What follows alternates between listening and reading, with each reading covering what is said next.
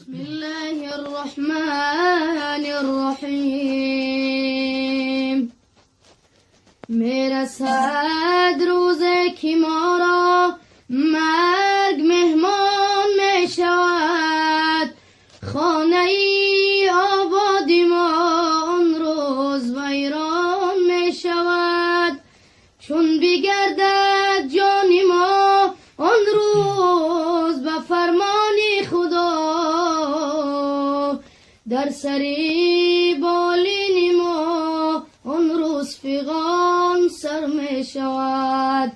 چون بگردد جان ما آن روز به فرمان خدا،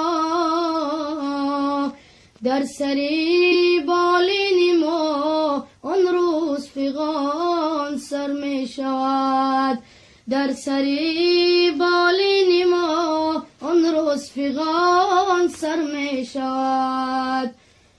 الله الله یا الله، حق لا اله الا الله. الله الله یا الله، حق لا اله الا الله. صلی علی محمد سخی یا رسول الله. صلی علی محمد سخی یا رسول الله.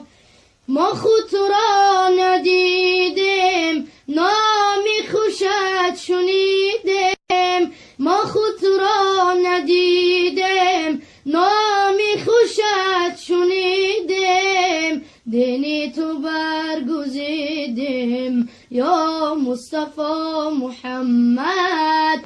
دینی تو برگزیدیم یا مصطفی محمد. الله الله یا الله، حق لا اله الا الله. صلی علی محمد سخی یا رسول الله. صلی علی محمد سخی یا رسول الله. در مکه شد مکانت بالای عرش نامد.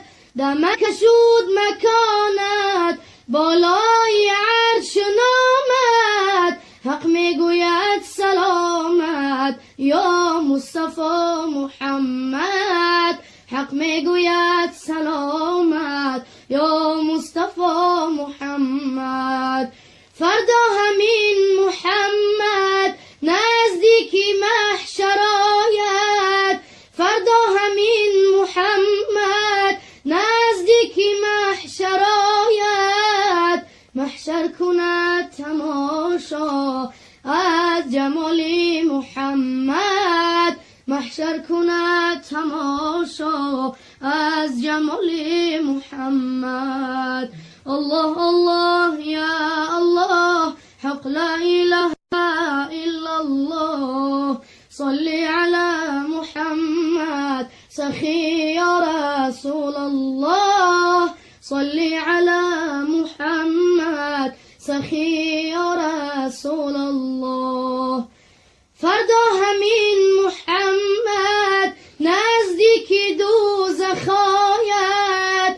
فردا همین محمد نزدیک دوزخ آید. دوزخ شود گریزان از حیبت محمد.